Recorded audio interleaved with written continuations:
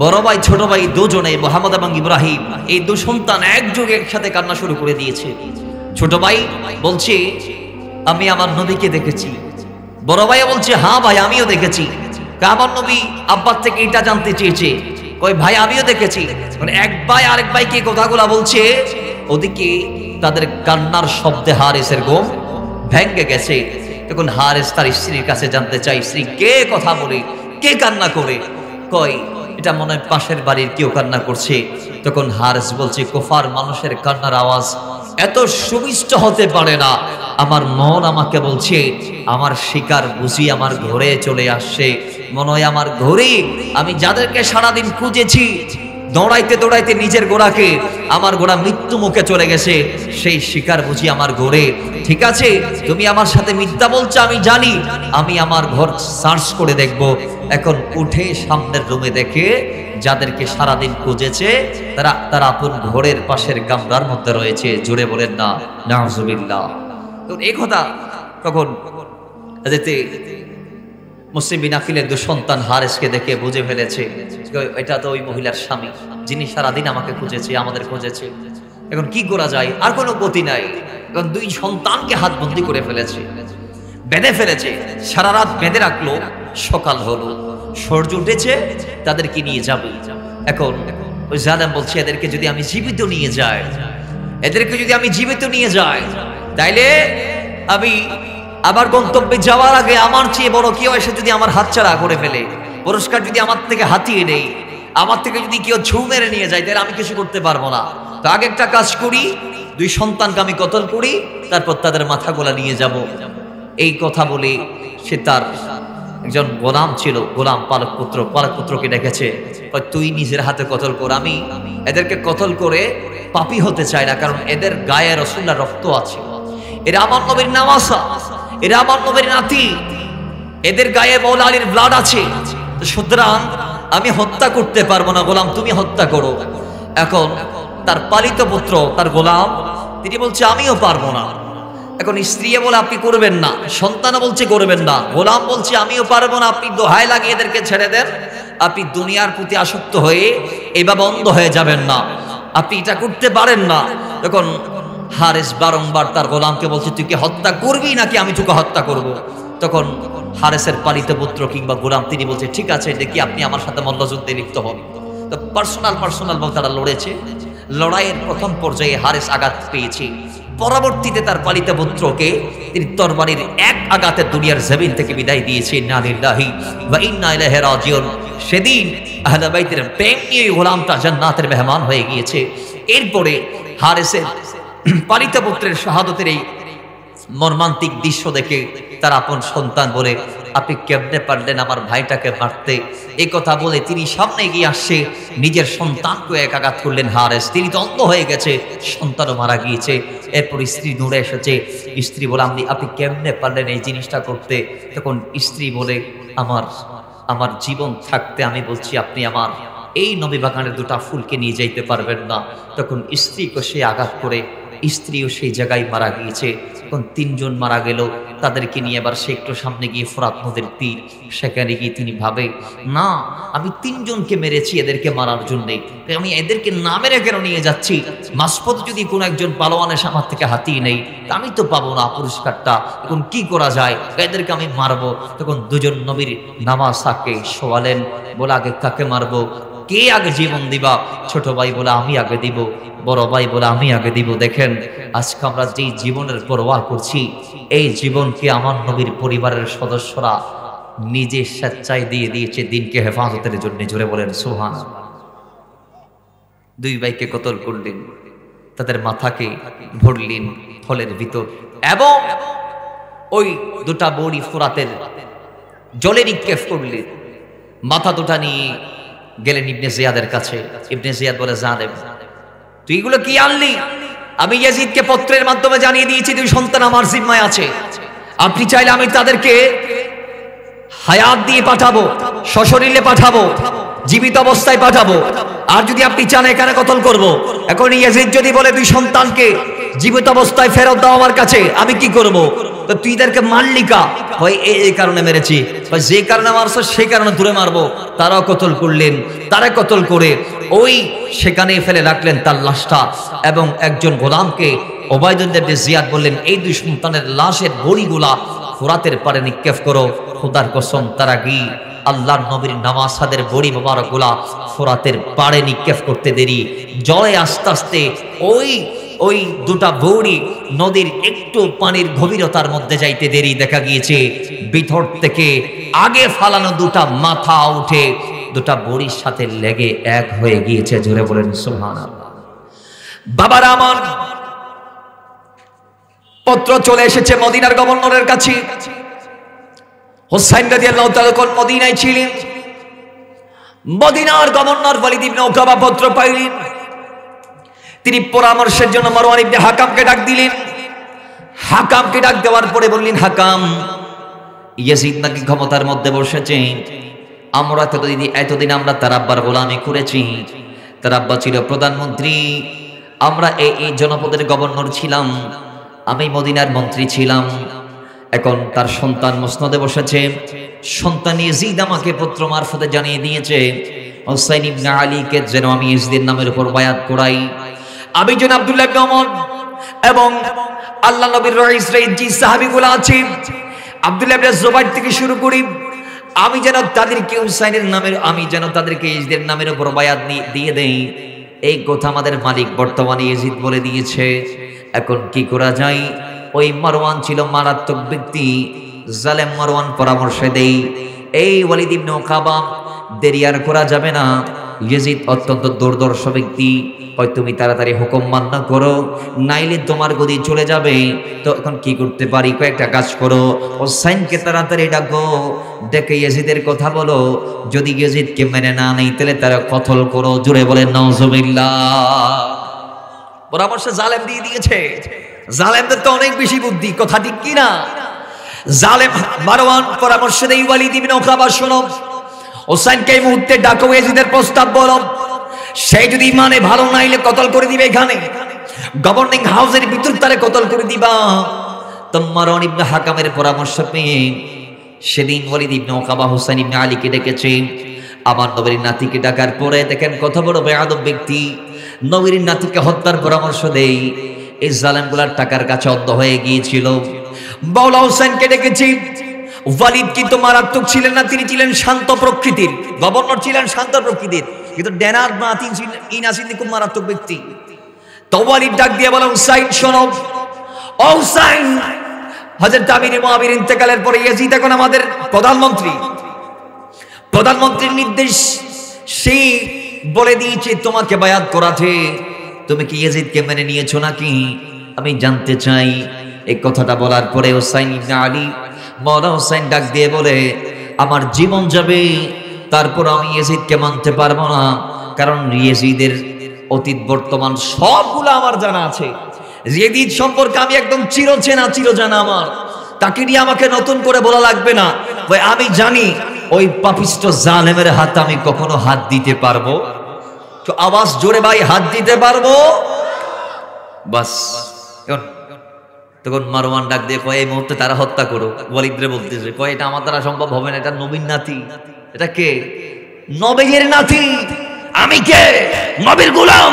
তো গোলাম নবীর নাতিকে কেমনে হত্যা করবে, যেখানে নবী নিজে বলে দিয়েছেন, এই আমার উম্মতরা, কোন উম্মত যদি আমি নবীকে ভালোবাসতে চাই, সেই জন্য হাসান আর হুসাইনকে ভালোবাসে, কারণ হাসান হুসাইনকে ভালোবাসা মানে নবীকে ভালোবাসা। কথা ঠিক কিনা বলেন?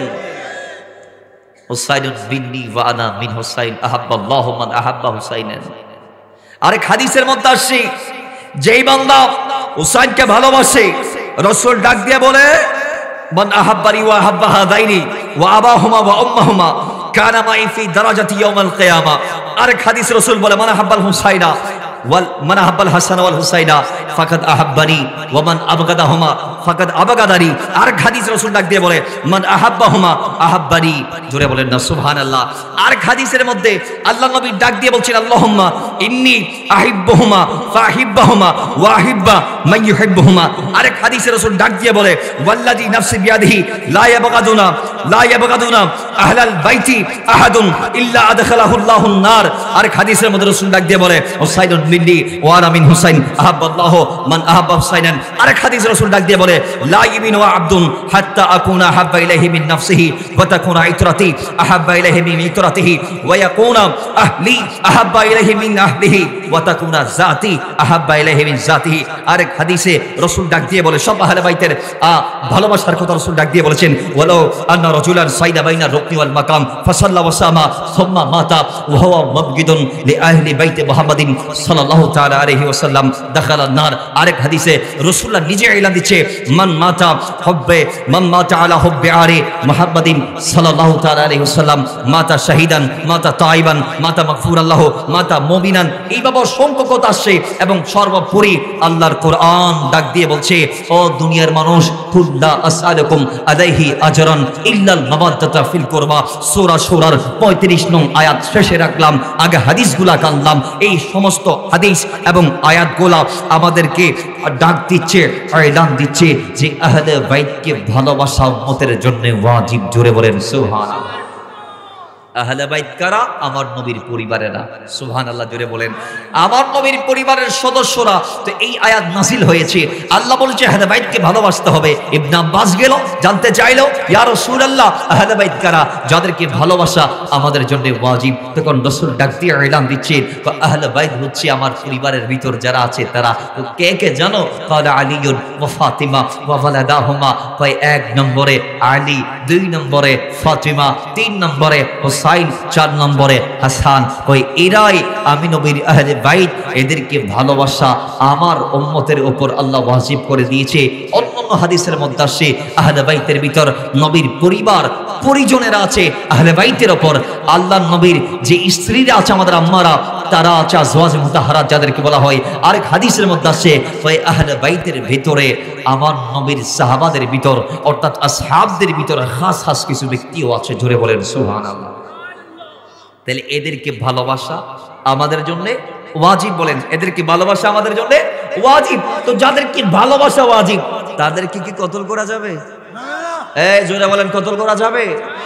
এখন মারওয়ান বলে কতল করো হুসাইনকে। তো ওয়ালিদ তিনি বললেন না, আমার কাছে ইমানের দৌলত আছে, আমি পারবো না। বাইরা আমার মারওয়ান ইবনে হাকাম বলার পর ওয়ালিদ পারে নাই, কারণ তার অন্তরে নবী ছিল। তিনি কি করলেন? তিনি বলেন ঠিক আছে হোসেন আপনি চলে যান, আপনি আমার প্রস্তাবকে আমার মালিকের প্রস্তাবকে প্রত্যাখ্যান করলেন, সমস্যা নাই, আমি আপনাকে বিদায় দিলাম, আপনি যান, আপনি ভেবে চিন্তে দেখতে পারেন। এখন হুসাইন রাদিয়াল্লাহু তাআলা চলে যাওয়ার পরে তিনি আশ করতে পারলেন মদিনার মক্কার পরিস্থিতি ভালো না। মক্কাবাসী চারদিক থেকে ইয়াজিদের নামের উপর বায়াত নিয়ে নিচ্ছে, আর যারা বায়াত দিচ্ছে না তাদেরকে মারধর করা হচ্ছে, তাদের উপর স্টিম রোলার চালিয়ে দেওয়া হচ্ছে। ওই মুহূর্তে হযরত মাওলানা হুসাইন রাদিয়াল্লাহু তাআলা তিনি কি করলেন?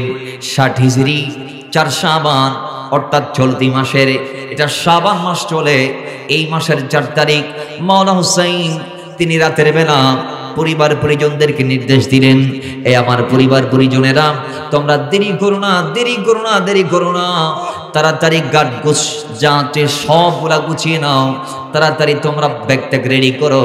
আজকের রাতে আমি আমার নবীর নির্দেশ ক্রমে মদিনাতুল মুনাওয়ারা ছেড়ে আমার নবীর আদি স্থান মক্কাতুল মুকাররমায় চলে যাব। জোরে বলেন সুবহানাল্লাহ। বাবারা আমার বাস ওই রাতে রওনা, ওই রাতে রওনা, ওই রাতে আমার নবীর নওয়াজা পরিবার পরিজনদেরকে নিয়ে মক্কায় চলে গেলেন। সেখানে যাওয়ার পরে কিছুদিন থাকলেন। ওদিকে কুফার মানুষ খবর পেয়েছে, কুফাবাসীর কানে সংবাদ পৌঁছালো এই মর্মে যে হুসাইন নবীর নাতিকে মদিনার থেকে মক্কায় আসতে হয়েছে বাধ্য হয়ে ইয়াজিদ বাহিনীর অত্যাচারের জন্য। তখন তারা সংবাদ পাওয়ার পর আর দেরি করে নাই, একজনের পর একজন সিটি দেয়, একজনের পর একজন সিটি দেয়, চিঠি দিতে দিতে দিতে দিতে 2 দিনে 53টি, মতান্তরে 1 সপ্তাহে 12,000, আরো কম বেশি চিঠি এসেছে কফার জমিন থেকে। এখন মওলা হোসেন বলে চিঠি একটা আসলো, আমি কিচ্ছু বলি নাই, 2টা আসলো, আমি কিচ্ছু বলি নাই, 3টা আসলো, কিচ্ছু বলি নাই, 4টা 5টা, আস্তে আস্তে প্রত্যেকদিন কুফার মানুষ আমাকে চিঠি দেই। সবাই বলে ইয়াজিদকে আমরা মানি না, ইয়াজিদের যে গভর্নর এখানে আছে কুফার মধ্যে, নুমান বিন বশির দামেস্কের গভর্নর, আমরা তাকে মানি না, তার পিছনে আমরা জামাতে শরীক হই না, আমরা আলাদা জামাত করি। সুতরাং এখানে ইয়াজিদের আধিপত্য দাম্পত্য, এখানে তার দাম্ভিকতা চলে না। আমরা ইয়াজিদকে মানি না, বিদায় আমরা আপনাকে চাই, আপনি দয়া করে আসুন, দামেস্কের জমিন আসুন, কুফার জমিন আসুন, এবং এসে আমাদের ঈমান আমলকে হেফাজত করুন, আমাদের জানমালকে বাঁচান। জুড়ে বলেন সুবহানাল্লাহ। দাওয়াত দেখুন আস্তে আস্তে 1 সপ্তাহে 12,000, মতান্তরে 2 দিনে 53টি চিঠি চলে আসছে। তখন মওলা হুসাইন মক্কার মধ্যে তৎকালীন যে মুসলমানদের খাস সাহাবারা ছিল, আল্লাহ নবীর যেই উপযুক্ত সাহাবীরা ছিল, তাদেরকে ডেকেছে। আমাদের সমাজেও আমরা যারা বড় পরিবারের সন্তান, আপনারা যাদের এখানে যারা বড় পরিবারের সন্তান আছেন, আপনারা প্রত্যেকটা কাজ করতে পরিবার পরিজনের সবার সাথে বোর্ড করেন, মিটিং করেন, পরামর্শ করে করেন। কথা বলেন ঠিক কি না? বিয়ের আগে, বিয়ের পরে, গায়ে হলুদের আগের দিন দরা ভরা, ফানচল্লা ইত্যাদি ইত্যাদি সলা পরামর্শ সভা, অনেক সভা আমরা করি কি করি না? তো মওলা হুসাইন, তার চেয়ে দামি দুনিয়াতে কেউ ছিল? তো আওয়াজ আরো আসতে ছিল, আরো আসতে হন ছিল না। তো তিনি ডেকেছেন নবীর সাহাবীদেরকে, কয় আসেন আমি একটু বসবো আপনাদেরকে নিয়ে, আমি একটু আপনাদের সাথে পরামর্শ নিব, আমি আপনাদের সাথে একটু সলা করব। তো সবাই এসেছে। হুসাইন বলে এই সমস্যা, কুফার জমিন থেকে, দামেস্কের জমিন থেকে আমার কাছে বারবার পত্র আসছে, কি করতে পারি, কি করা যায়? তখন সমস্ত সাহাবীরা এক বাক্যে বলে, আপনি কুফায় যাবেন না, কুফার মানুষ বলে একটা, করে আরেকটা, অন্তরে একটা, তারা করে আরেকটা, তাদের কথায় আর কাজে মিল নাই, তারা কথা দিয়ে কথা রাখতে পারে না। তারা আপনার আব্বাকে মিথ্যা প্রতিশ্রুতি দিয়ে নিয়ে গিয়েছিল, কিন্তু হেফাজত করতে পারে নাই। আপনার আব্বাকে আব্দুর রহমান ইবনে মুলজিম নামে খারজির হাতে জীবন কোরবান করতে হয়েছে। রাতের বেলায় আপনার আব্বা মসজিদে যাওয়ার পথে, কুফার জামা মসজিদে যাওয়ার পথে আপনার আব্বাকে পিছন থেকে ছুরিকাঘাত থেকে তারা বাঁচাইতে পারে নাই। সুতরাং আপনিও যাবেন না। আপনার কাছে আমাদের পরামর্শ, অনুরূপ আবদার অথবা নির্দেশ হচ্ছে যে আপনি কুফায় যাইতে পারবেন না। এখন মওলা হোসেন বলে, এইভাবে ছেড়ে দিলে তো হবে না, তারা কষ্ট পাবে। তারা আমাকে দাওয়াত দিয়েছে, এক মুসলমানের ওপর আরেক মুসলমানের 6টি হক আছে, তার মধ্যে একটি হক হচ্ছে কোন মুসলমান আরেক মুসলমানকে দাওয়াত দিলে তার দাওয়াতে যাইতে হবে। কথা ঠিক কি না? জোরে বলেন ঠিক কি না? বাইরে আমার, তারপর সবাই বলে ঠিক আছে, আগে আপনি যাবেন না, হোসেন আপনার পক্ষ থেকে প্রতিনিধি পাঠাইবেন। প্রতিনিধি যাবে, গিয়ে কুফার অবস্থা দেখবে, দেখার পরে সব যদি ঠিক মনে হয়, তিনি কুফার থেকে চিঠি লিখবে, ওগো হোসেন, আমি আপনাকে অনুমতি দিলাম, আমি আপনাকে অনুরোধ করলাম, আমি এসে সব ভালো দেখেছি, আপনি আসতে পারেন। দুনিয়ার মানুষ, সাহাবায়ে কেরামের কথা ছিল এটা।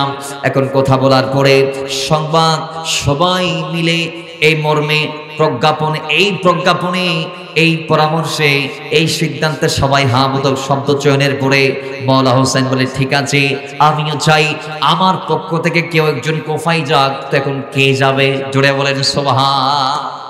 হনে যাইব কে যাবে? তখন কে যাবে যখন বলা হয়েছে, যে মুসলিম বিন আকিল রাদিয়াল্লাহু তাআলা মওলা হোসেনের চাচতো ভাই, তিনি হাত উঠাইলেন, বলেন, হুজুর, আমার ভাই, আমি আছি, আমি যাব। আমার 2জন সন্তান আছে, মুহাম্মদ একজনের নাম, আর একজনের নাম হচ্ছে ইব্রাহিম।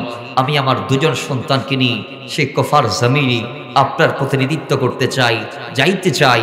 আমি সেখানে গিয়ে কুফার অবস্থা যদি বেগতিক দেখি, আমি আপনাকে না করে দিব, আর যদি ঠিকঠাক দেখি, আমি আপনাকে অনুমতি দিব, হ্যাঁ বলবো, আসার জন্য দাবি জানাবো। আমি আপনাকে পত্র মারফতে, দূত মারফতে, অথবা যে কোনো একটা সংবাদের মাধ্যমে আমি আপনাকে জানিয়ে দিব। বাস তিনি যে কথা সেই কাজ। মওলা হোসেন তাকে হ্যাঁ বলে দিয়েছে, ঠিক আছে তুমি যাও ভাই। বাস বাইর থেকে তিনি অনুমতি নিয়ে তিনি চলে গেলেন তার জন্য দুজন সন্তানকে নিয়ে কুফাতে গেলেন। কুফাতে যাইতে দেরি, সেই কুফাতে যাওয়ার পরে সেই সময়ে দামেস্কের গভর্নর ছিল নোমান বিন বশির। তো তিনি যখন সেখানে পৌঁছালেন, দেখা গিয়েছে কুফার মানুষ অত্যন্ত ভালো, তাকে আদর আপ্যায়ন দেখালো, অত্যন্ত মেহমান নামাজের ব্যবস্থা করলো। এক কোথায় দেখা গিয়েছে কুফার মানুষ এক সপ্তাহে ইমাম মুসলিম বিন আকিলকে পেয়ে, আল্লাহর রসুলের এই নওয়াসাকে পেয়ে এক সপ্তাহের ভিতরে তার হাতের ওপর মৌলা হোসেনের নামে তারা 12,000 মানুষ বায়াত নিয়ে নিয়েছে। এক সপ্তাহে কয় হাজার? 12,000। এবং সকালে 10 জন আসে, বিকেলে 50 জন আসে, দুপুরে 100 জন আসে। কোথায়? ওই মৌলা হযরত ইমাম হুসাইনের চাচাতো ভাই হযরত মুসলিম বিন আকিলের কাছে। কেন আসে? ওই তাকে আপ্যায়ন করার জন্যে, বাড়িতে নিয়ে যাওয়ার জন্যে, একটু খানা মেজবানি খাওয়ানোর জন্যে, একটু নামাজের ব্যবস্থা করার জন্যে। তো এই আদর আপ্যায়ন দেখে তিনি অবাক হয়ে গেলেন, হায় রে, কুফার মানুষের কথায় কাজে তো মিল আছে। ঠিক আছে, আমি আমার ভাইকে জানিয়ে দেই। তিনি পত্র লিখে পাঠিয়ে দিয়েছে, পত্র মারফত তিনি জানিয়ে দিয়েছে মাওলা হুসাইনের কদমে এই মর্মে তিনি পত্র প্রেরণ করেছে যে হুসাইন, কুফার অবস্থা ভালো, আপনি আসতে পারেন। সুবহানাল্লাহ, জোরে বলেন। এখন কুফার অবস্থা যখন দিন দিন বেকতিক, মানে ইয়েজিদের হাত থেকে ছাড়া হয়ে যাচ্ছে, সেই কুফাতে কিছু ইয়েজিদের ফেলাফেলা ছিল কি ছিল না? ছিল। সেখান থেকে একজনের নাম ছিল আব্দুল্লাহ হাজরামি। নাম কি? আব্দুল্লাহ হাজরামি। তিনি চিঠি লিখেছে উবাইদুল্লাহ ইবনে জিয়াদের কাছে। সেই উবাইদুল্লাহ ইবনে জিয়াদের কাছে চিঠি লিখলো এই মর্মে, কই, ও উবাইদুল্লাহ ইবনে জিয়াদ, আপনি এইভাবে বসে থাকলে হবে না। এখানে হুসাইনের প্রতিনিধি একজন এসে সবাইকে হুসাইনের দিকে নিয়ে যাচ্ছে। সুবহানাল্লাহ, জোরে বলুন। এখন কি করবেন করুন। এভাবে হলে কুফার জমিন থেকে বিদ্রোহ শুরু হবে।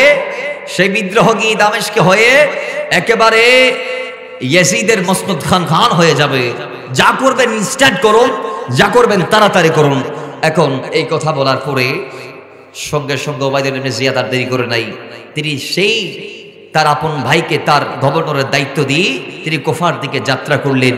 এখন কুফার দিকে এসে তিনি কি করলেন, কয়, ওদিকে কুফার মানুষ মাওলা হোসেনের আগমনের অপেক্ষায় আছে, যেহেতু তার আপন ভাই চিঠি লিখে দিয়ে দিয়েছে।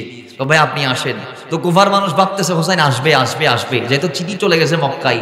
এখন আসতেছে হোসেনের পরিবর্তে কে? উবাইদুল্লাহ ইবনে জিয়াদ। কিভাবে আসছে?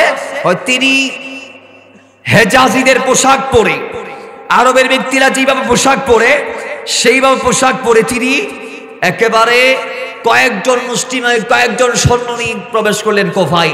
মানুষ মনে করেছে হুসাইন আগমন করেছে। মুখটা ছিল ঢাকা, গোমটা টোমটা দিয়ে কুফার ভিতরে প্রবেশ করে গভর্নর হাউস যেটা আছে ওই গভর্নর হাউসে চলে গেলেন।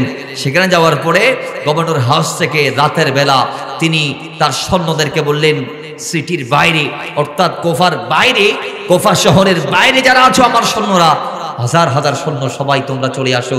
সেই রাতে 22 থেকে 32,000 সৈন্য কুফার ভিতর প্রবেশ করে পুরো কুফার জমিনটাকে ঘেরাও করে সমস্ত কুফার যারা ছিল বড় বড় নেতা প্রতাপশালী সবাইকে গ্রেফতার করে এবার রাতের বেলা ওই কুফার গভর্নর হাউস থেকে উবাইদুল্লাহ ইবনে জিয়াদ তিনি ডিক্লার দিচ্ছে, নোমান বিন বশিরকে আমি পদচ্যুত করলাম। সে একটা কাজের লোক না, সে পারে নাই ইয়াজিদের মসনদটাকে বাঁচাইতে। তো ইয়াজিদ আমাকে নিয়োগ দিয়েছে তার জায়গায়। আমি আজকের থেকে এই কুফার গভর্নরের দায়িত্বে আছি। আমি তোমাদেরকে একটা দায়িত্বহীন কণ্ঠে এলান দিচ্ছি, যদি তোমরা তোমাদের নেতাদেরকে বাঁচাইতে যাও কিংবা নিজের জীবনটা যদি বাঁচাইতে যাও, এই মুহূর্তে তোমরা হোসেনের বায়াতকে প্রত্যাখ্যান করো, হোসেনকে ভুলে যাও। একটু জোরে বলেন নাউজুবিল্লাহ। এখন ডিক্লার দিতে দেরি, সবাই দেখতেছে হনা আর নেতার মাদি ফেলাই। এখন আর কি অবস্থা হইব? বেয়াগুন আসতে করে ঘরের দরজা বন্ধ করে দিই। ঘরের দরজা কি করে দিছে? বন্ধ করে দিছে। বাবারা আমার, সবাই বাড়ির দরজা বন্ধ করে দিয়েছে। এবার উবাইদুল্লাহ ইবনে জিয়াদ ডিক্লার দিলেন, কয়েকের নাকি হুসাইনের একজন ভাই এসেছে। সেই মুসলিম কোথায়? তাকে তোমরা আমার হাতে তুলে দাও। যদি তোমরা কেউ নিজের বাড়িতে মুসলিম ইবনে আকিলকে যদি প্রশ্রয় দিয়ে থাকো, আমি উবাইদুল্লাহ ইবনে জিয়াদ বলছি, আমি তোমাদেরকে কতল করব। জমিনের মধ্যে আর রাখবো না। বাস যে কথা সেই কাজ। সেই ডিগলারটা দেওয়ার সময় হযরত মুসলিম বিন আকিল তিনি ওই কফার জামা মসজিদে 500 জন মানুষ নিয়ে মাগরিবের নামাজের ইমামতি শুরু করলেন। সালাম ফিরিয়ে দিকে একজন ব্যক্তি যারা হযরতে মুসলিম ইবনে আকিল তার পিছনে একজন ব্যক্তি ছাড়া দেখে আর কোন আল্লাহর বান্দা নাই, সবাই বাড়ির ভিতর গিয়ে নিজের ঘরের দরজাটা লাগিয়ে দিয়েছে। জোরে বলেন নাউজুবিল্লাহ। সবাই চলে গেছে, একজন ব্যক্তি আছে তার পিছনে। তার নাম কি? তার নাম হানি। তা হানি বলছে হুজুর সবাই আপনার কথা ভুলে গিয়েছে ওই উবাইদুল্লাহ ইবনে জিয়াদের ভয়ে। আমি বলছি আমি আছি, আমি আপনাকে আমার জানের বিনিময়ে সেভ করব, আমি আপনাকে আমার সর্বস্ব দিই, আমি আপনাকে হেফাজত করব। তুই যে আমার জীবন যাবে যাক তাতে আমার কোনো প্রবলেম নাই, সমস্যা নাই, আমি আমার জীবনের বিনিময়ে আপনাকে হেফাজত করতে চাই, চলুন আপনি আমার বাসায়। একটু জোরে বলেন সুবহানাল্লাহ। নিজের ঘরে নিয়ে গেছে, দরজা বন্ধ করে দিয়েছে, কাউরে বলে নাই। এখন উবাইদুল্লাহ ইবনে জিয়াদ বাহিনী মোতায়েন করে প্রত্যেকটা বাড়ি বাড়ি গিয়ে চার্জ করার পরও তিনি না পেয়ে পরিশেষে মিথ্যা নাটক সাজালো। কি বলে? ওই একজনকে ভাড়া করছে পেশাদার যারা কান্না টান্না করতে পারে, ওইরকম একজন ইয়াজিদের ছেলা ভাড়া করি। তুই যা কুফা দা মসজিদের বারান্দা যাই, শুধু কান্না করবি, চোখের পানি ফেলাবি, আর বলবি আমার ভাই মুসলিম ইবনে আকিল মক্কা থেকে এসেছে, আমি তাকে নিয়ে যাইতে এসেছি, আমি কোনো দ্বন্দ্ব সংঘাত চাই না, যুদ্ধ চাই না। আমার ভাইটাকে না পেয়ে আমি শুনেছি আমার ভাইয়ের ওপর নাকি এখানে কে কি কি ঘোষণা করছে, আমি আমার ভাইটাকে সেভে নিয়ে যাইতে চাই। এই কথা বলে কান্নার কান্না করবি। সেই ব্যক্তি এসে একদিন, 2 দিন, টানা 3 দিন যখন কুফা জামা মসজিদের বাইরে দাঁড়িয়ে দাঁড়িয়ে কান্না করছে মুসলিম বিন আকিলের নাম দিয়ে, তখন হানি বুঝতে পেরেছে অবশ্যই ইনি মনে হয় মুসলিমের কেউ একজন হবে আপনাদের ভিতরে, না হলে একটা মানুষ মিথ্যা ভাবে 3 দিন তো আর কান্না করতে পারে না। কথা বলেন ঠিক কিনা? আমরা যেটাকে ঠিক বলছি ওইটারও মুসলিম বিন আকিল ঠিক মনে করেছে, ওইটারও হানি ঠিক মনে করেছে। তখন সে কি করেছে? তাকে গিয়ে কানে কানে বলে, তুই কাউরে বলিস না তোর ভাই আমার কাছে আছে, রাত হলে তুই আমার বাড়িতে যাবি, মসজিদের পাশের বাড়িটা আমার, সেখান থেকে তুই বিদায় নিবি তোর ভাইকে নিয়ে, আমি সব রাস্তা তোদেরকে দেখাই দিব। এই কথাটা বলতে দেরি জালেম 1 সেকেন্ড দূরের কথা 1 ন্যানো সেকেন্ডও দাঁড়ায় নাই, টাস করে চলে গেছে উবাইদুল্লাহ ইবনে জিয়াদের কাছে গিয়ে কয় মালিক সন্ধান পেয়ে গেছি, ওইখানে আছে। নাউজুবিল্লাহ। কিছু তারিখের কিতাবে এটা আসছে, আর কিছু তারিখের কিতাব আসছে কয় হানির ছেলে নিজে যার বাবা আশ্রয় দিয়েছে, তার আপন সন্তান ওই উবাইদুল্লাহ ইবনে জিয়াদের পুরস্কারের আশায় গিয়ে বলে দিছে, মালিক তুমি যাকে খুঁজছো তোমার শিকার আমার ঘরে আছে, আমার আব্বা তাকে আশ্রয় দিয়েছে। নাউজুবিল্লাহ জোরে বলেন। বাবারা আমার, এখন সেদিন সন্তান কিংবা ওই দুধ মারফত গিয়ে বলতে দেরি, ইবনে জিয়াদ সৈন্য পাঠাই দিলেন, যাও হানির বাসা ঘেরাও করো। ঘেরাও করলেন, সবাই কুশবদ্ধ তরবারি নিয়ে দাঁড়ায় গেলেন। বাইরের থেকে অ্যানাউন্স করা হচ্ছে, এলান করা হচ্ছে, মুসলিম বিন আকিল আমরা তোমার সংবাদ পেয়ে গিয়েছি, তুমি যে ঘরে আছো সেই ঘরের চারদিকে আমরা ঘেরাও করেছি, আমরা তোমাকে নিয়ে যাইতে এসেছি, আসো আসো, ক্ষমতা থাকলে মোকাবেলা করো, নাইলে আমাদের হাতে হাত দিয়ে দাও, ধরা দিয়ে দাও। মুসলিম বিন আকিল বলে, না না পারা যাবে না, আমি আমার জীবন দিব, তারপরও আমি তোমাদের হাতে হাত দিতে পারবো না। এই কথা বলে তিনি জুলফিকার নিয়ে বের হয়ে গেলেন। তিনি অসংখ্য ইয়াজিদের চেলার মোকাবেলা করলেন, ইয়াজিদের বাহিনীর মোকাবেলা করলেন, সবাইকে অনেক অনেক ইয়াজিদের সৈন্যকে তিনি কচুকাটা করার পরে, জীবনটা বিয়োগ করার পরে, এবার তারা না পেরে বলে, হুজুর আমরা আপনার সাথে যুদ্ধ করতে আসি নাই, আমরা তো আপনাকে আমাদের মালিক উবাইদুল্লাহ ইবনে জিয়াদের কাছে নিয়ে যাইতে আসি। জোরে বলেন নাউজুবিল্লাহ। আমি কেন জালেমের কাছে যাবো? যাবেন কি কারণে? ইবনে জিয়াদ বলেছে আপনাকে কিচ্ছু করবে না, তিনি কোনো দ্বন্দ্ব সংঘাত চাই না, তিনি যে আপনাকে সসম্মানে মক্কায় পাঠাই দিবে, আপনি যেন গিয়ে বলেন হুসাইনকে এখানে না আসতে। নাউজুবিল্লাহ জোরে বলেন।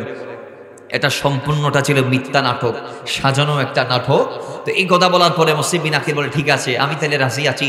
এখন গভর্নর হাউসে নিয়ে যাইতে দেরি, নিয়ে যাওয়ার সঙ্গে সঙ্গে তার হাত পা বেঁধে ফেললেন উবাইদুল্লাহ ইবনে জিয়াদ। খুব মারাত্মক ভাবে আল্লাহর নবীর নাথিকে নাউজুবিল্লাহ মিন যালিক 2 থালার উপর উঠাইয়া তার শিরচ্ছেদ করলেন, দেহ থেকে নিজ হাতে মাথাটা আলাদা করলেন।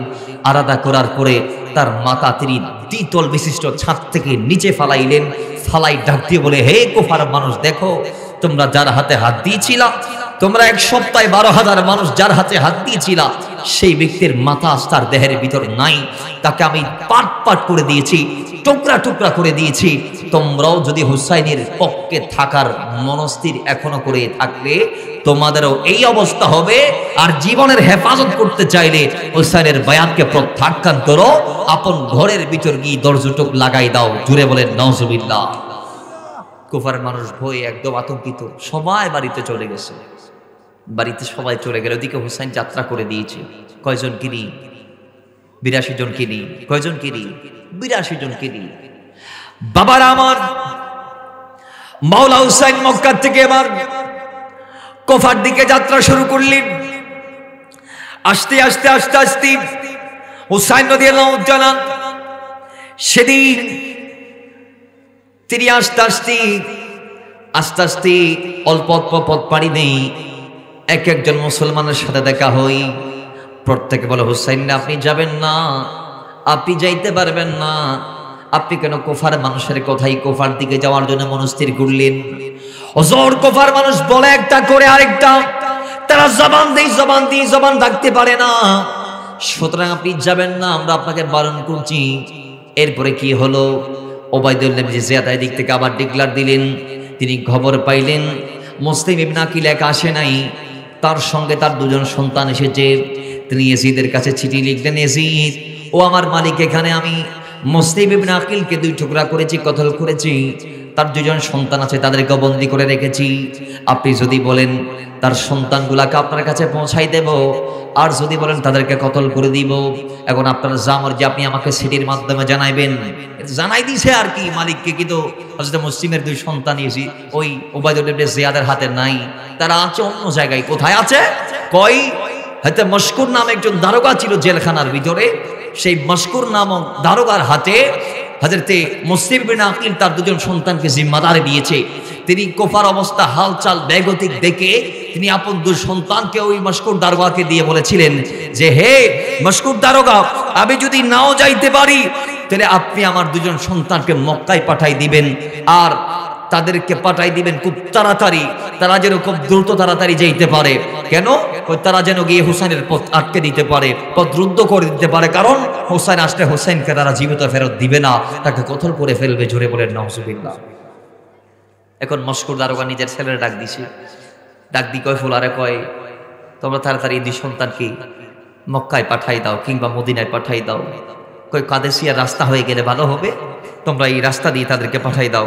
জেলের দারোগা মশকুর এরপরে পাঠাই দিলেন আপন সন্তান এর মাধ্যমে। তো ওই সন্তানের নাম ছিল আসাদ। আসাদ গি বাবুল ইরাকিন দিয়ে একটা কাফেলা যাবে মদিনার দিকে, মক্কার দিকে। ওই কাফেলার সঙ্গী করে দেওয়ার জন্য তাড়াতাড়ি ঘোড়া চালাই তিনি গেলেন বাবুল ইরাকিনের মধ্যে। গিয়ে তিনি দেখছেন কাফেলা নাই, কাফেলা যাত্রা দিয়ে দিয়েছে, যাত্রা শুরু করে দিয়েছে। এবং তিনিও আর দেরি করেন নাই, তিনিও কাফেলার পিছন পিছন ছোড়ালেন ঘোড়াকে। কিছু দূর গিয়ে তিনি দেখে ঘোড়ার পদদলিত চিহ্ন দেখা যায়। তার মানে আসাদ বলছে, হয়তো এই একটু সামনে গেলে পেয়ে যাবা, তোমরা এখান থেকে হেঁটে যাও। তারাও তো হেঁটে হেঁটে যাচ্ছে, হয়তো তোমরা একটা কাজ করো, তাদের পায়ের চিহ্ন, ঘোড়ার পায়ের চিহ্ন আমরা দেখছি, হয়তো সামনেই তারা থাকবে, তোমরা এখান থেকে নিজে নিজে হেঁটে যাও। এ কথা বলে 2 সন্তানকে সেখানে ছেড়ে দিয়ে আসতে দেরি। সারা রাত তারা হেঁটেছে, আল্লাহ আল্লাহর কসম, সারা রাত হেঁটে হাঁটার পরে পরের দিন সূর্য উঠেছে। দেখা গিয়েছে সারা রাত হাঁটার পরও রাতে তারা যেখান থেকে যাত্রা শুরু করেছিল সকালও সেই জায়গায়। তার মানে তাদের শাহাদাত কবুল হয়ে গিয়েছে, তারা আর চাইলেও যাইতে পারবে না। বাবারা আমার, সকাল যখন হলো তারা দেরি না করে পাশে একটা খেজুর বাগানে গিয়ে লুকে গেলেন। খেজুর বাগানের ভিতর তারা নিজেকে আবদ্ধ করলেন, নিজেকে সেভ করলেন। সেভ করার পরে সেখানে সেই খেজুর বাগান থেকে তারা গ্রেফতার হলেন। গ্রেফতার হওয়ার পরে ওই খেজুর বাগান থেকে তাদেরকে জেলের মধ্যে বন্দী করা হলো। বন্দী করার পরে রাতের বেলায় ওই জেলের দারোগা মশকুর নামে একজন জেলের দারোগা ছিল, ওই মশকুর দারোগা তিনি আমাদের আবার রাতের বেলায় তাদেরকে ছেড়ে দিলেন। রাতের বেলা ছেড়ে দিয়ে বলে, ভাই দুজন তোমরা, আমি তোমাদেরকে চিনি, আমি তোমাদের কিচ্ছু করবো না ক্ষতি। এই নাও আমার একটা আংটি, এই আংটি নিয়ে এই রাস্তা দিয়ে তোমরা হেঁটে হেঁটে যখন গেট পর্যন্ত যাবা, সেখানে গিয়ে যিনি কোতোয়াল আছে, গেটের জিম্মায় যিনি আছে, গেটের দায়িত্বে, দারোয়ানের দায়িত্বে যিনি আছে, তিনি আমার আপন ভাই। আমার ভাইকে বললে আমার ভাই তোমাদেরকে মক্কা কিংবা মদিনায় যাওয়ার ব্যবস্থা করে দিবে। জোরে বলেন সুবহানাল্লাহ। তাহলে ইয়াজিদের জেলখানায় বন্দী হওয়ার পরও, ইবনে জিয়াদের জেলখানায় বন্দী হওয়ার পরও দেখা গিয়েছে সেখানে জেলের যিনি দারোগা ছিল মশকুর, সে মশকুর দারোগার অন্তর নবীর প্রেম আছে। তিনি বলছে আমি তোমাদেরকে রাতের বেলা ছেড়ে দিব, তোমরা চিন্তা করিও না। ওই নবী পরিবারের দুজন সন্তানকে রাতের বেলা ছেড়ে দিলেন এবং রাস্তা দেখাই দিলেন, এই রাস্তা দিয়ে সোজা যাবা, গিয়ে একটা গেট দেখবা, সেই গেটে যিনি দারোয়ান আছে তিনি আমার আপন ভাই, তাকে গিয়ে আমার এই আংটি দেখাবা। নিজের আংটি দিলেন, কয়টা আমার আংটি, আমার ভাই চিনে। তো আমার ভাইকে আমার আংটি দেখালে, তোমরা যখন বলবা আমরা আপনার ভাইয়ের মেহমান, আপনার ভাই জেলের থেকে আমাদেরকে পাঠাইছে, আপনার ভাই বলেছে আমাদেরকে মক্কা কিংবা মদিনা যেখানে আপনার সুবিধা হয় সেখানে পাঠাই দিতে, এই কথা বললে আমার ভাই পাঠাই দিবে। তো তারা রাতের বেলা ওই হাঁটা শুরু করেছে, গেট পর্যন্ত যাবে, যাইতে যাইতে যাইতে যাইতে সারা রাত হেঁটেছে। এরপরও দেখা গিয়েছে তারা যেই জায়গা থেকে হাঁটা শুরু করেছে, পরের দিন সকালে কি জায়গায়, আরে ভাই যাবেই বা কেমনে, আল্লাহ আল্লাহ রাসূল তো তাদের শাহাদাতকে কবুল করে নিয়েছে। কথা ঠিক কিনা বলেন? যাদের শাহাদাত কবুল হয়েছে তারা কি আর মক্কা মদিনায় যেতে পারবে? না, সম্ভব না। তো বাস সকালবেলা তারা আবার আরেকটা জায়গায় লুকালেন, নিজেকে সেফ করলেন, নিজেকে আবদ্ধ করলেন।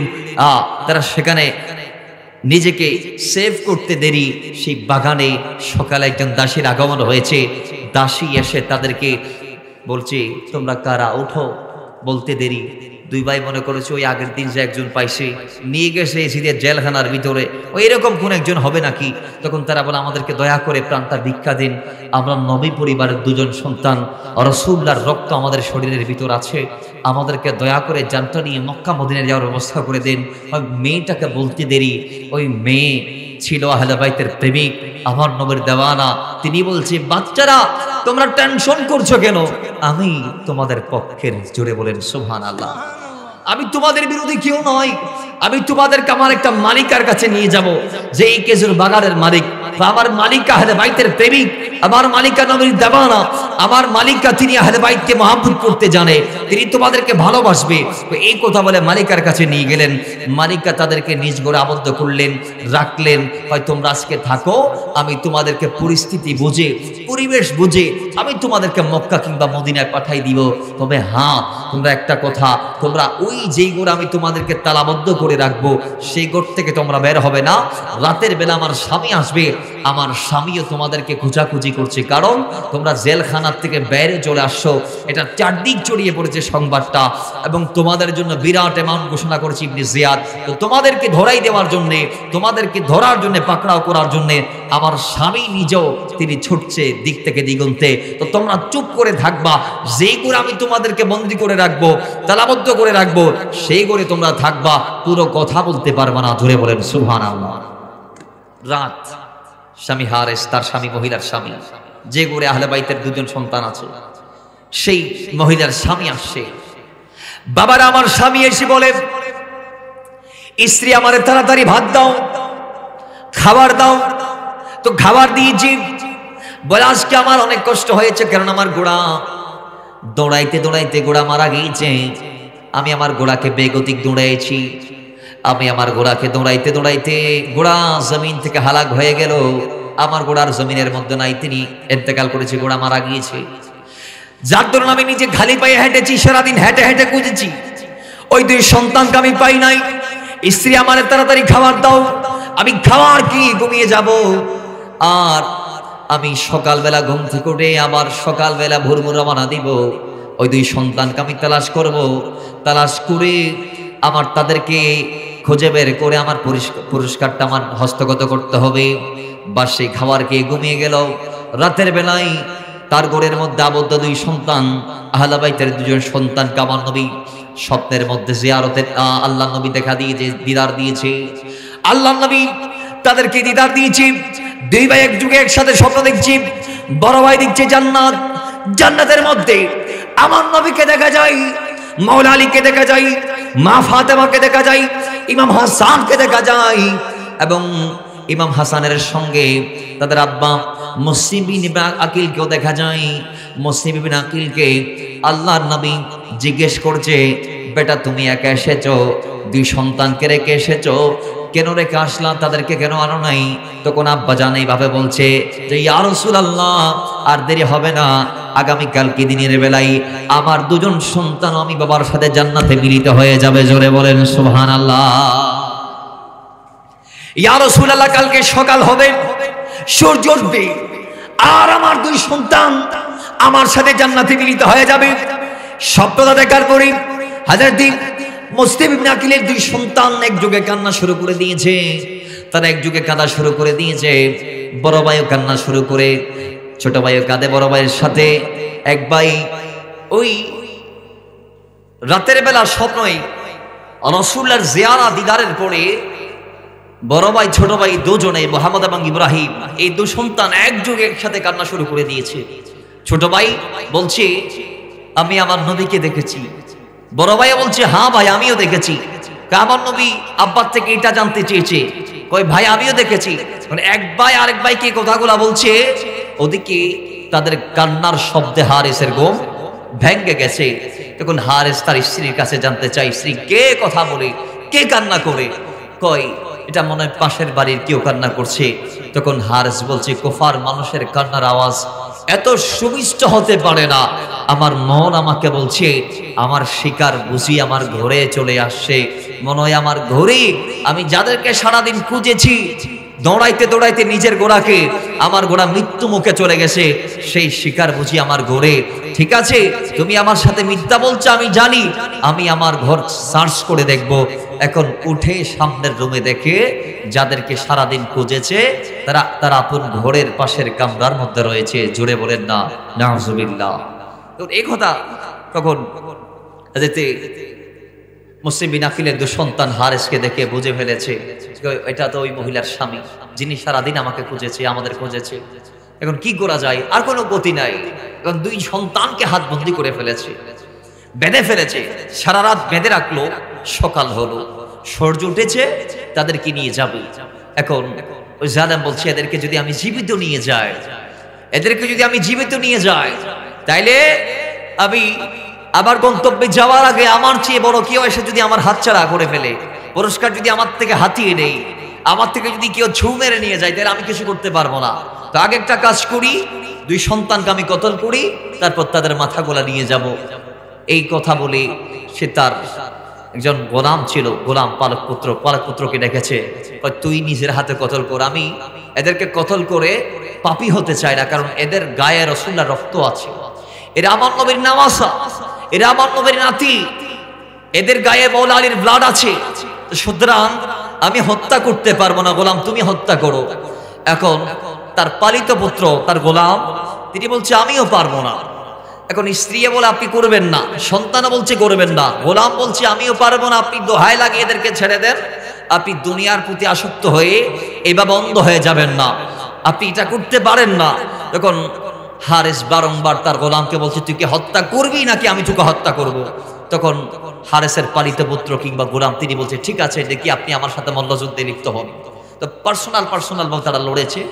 লড়াইয়ের প্রথম পর্যায়ে হারেস আঘাত পেয়েছে, পরবর্তীতে তার পালিত পুত্রকে তিনি তরবারির এক আঘাতে দুনিয়ার জমিন থেকে বিদায় দিয়েছে। ইন্না লিল্লাহি ওয়া ইন্না ইলাইহি রাজিউন। সেদিন আহলে বাইতের প্রেম নিয়ে গোলামটা জান্নাতের মেহমান হয়ে গিয়েছে। এরপরে হারেসের পালিত পুত্রের শাহাদতের এই মর্মান্তিক দৃশ্য দেখে তার আপন সন্তান বলে আপনি কেমনে পারলেন আমার ভাইটাকে মারতে, এই কথা বলে তিনি সামনে গিয়ে আসছে, নিজের সন্তানকে এক আঘাত করলেন হারেস। তিনি তো অন্ধ হয়ে গেছে, সন্তানও মারা গিয়েছে। এরপর স্ত্রী দৌড়ে এসেছে, স্ত্রী বলে আপনি কেমনে পারলেন এই জিনিসটা করতে। তখন স্ত্রী বলে আমার জীবন থাকতে আমি বলছি আপনি আমার এই নবী বাগানের দুটা ফুলকে নিয়ে যাইতে পারবেন না। তখন স্ত্রীকে সে আঘাত করে স্ত্রীও সেই জায়গায় মারা গিয়েছে। তখন তিনজন মারা গেল, তাদেরকে নিয়ে এবার সে একটু সামনে গিয়ে ফোরাত নদীর তীর, সেখানে গিয়ে তিনি ভাবে, না আমি 3 জনকে মেরেছি এদেরকে মারার জন্যে, আমি এদেরকে না মেরে কেন নিয়ে যাচ্ছি? মাঝপথ যদি কোনো একজন পালোয়ানের আমার থেকে হাতিয়ে নেই আমি তো পাবো না পুরস্কারটা, এখন কি করা যায়, এদেরকে আমি মারবো। তখন 2 জন নবীর নামাসাকে শোয়ালেন, বলে আগে কাকে মারবো, কে আগে জীবন দিবা? ছোট ভাই বলে আমি আগে দিব, বড় ভাই বলে আমি আগে দিব। দেখেন আজকে আমরা যেই জীবনের পরোয়া করছি, এই জীবনকে আমার নবীর পরিবারের সদস্যরা নিজে স্বেচ্ছায় দিয়ে দিয়েছে দিনকে হেফাজতের জন্য। জোরে বলেন সুবহানাল্লাহ। 2 ভাইকে কতল করলেন, তাদের মাথাকে ভরলেন ফলের ভিতর, এবং ওই 2টা বড়ি ফোরাতের জলে নিক্ষেপ করলেন। মাথা 2টা নিয়ে গেলেন ইবনে জিয়াদের কাছে। ইবনে জিয়াদ বলে, জানেব তুই এগুলো কি আনলি? আমি ইয়াজিদকে পত্রের মাধ্যমে জানিয়ে দিয়েছি 2 সন্তান আমার জিম্মায় আছে, আপনি চাইলে আমি তাদেরকে হায়াত দিয়ে পাঠাবো, সশরীরে পাঠাবো, জীবিত অবস্থায় পাঠাবো, আর যদি আপনি চান এখানে কতল করব। এখন ইয়াজিদ যদি বলে 2 সন্তানকে জীবিত অবস্থায় ফেরত দাও আমার কাছে, আমি কি করব? তো তুই এদেরকে মারলি কা? হয় এই কারণে মেরেছি, যে কারণে মারছ সেই কারণে দূরে মারবো। তারাও কতল করলেন, তারা কতল করে ওই সেখানে ফেলে রাখলেন তার লাশটা, এবং একজন গোলামকে ওবাইদুল্লাহ ইবনে জিয়াদ বললেন, এই 2 সন্তানের লাশের বড়িগুলা ফোরাতের পারে নিক্ষেপ করো। খোদার কসম তারা গিয়ে আল্লাহর নবীর নামাসাদের বড়ি মোবারকগুলা ফোরাতের পাড়ে নিক্ষেপ করতে দেরি, জলে আস্তে আস্তে ওই 2টা বড়ি নদীর একটু পানির গভীরতার মধ্যে যাইতে দেরি, দেখা গিয়েছে ভিতর থেকে আগে ফালানো 2টা মাথা উঠে 2টা বড়ির সাথে লেগে এক হয়ে গিয়েছে। জোরে বলেন সুবহানাল্লাহ।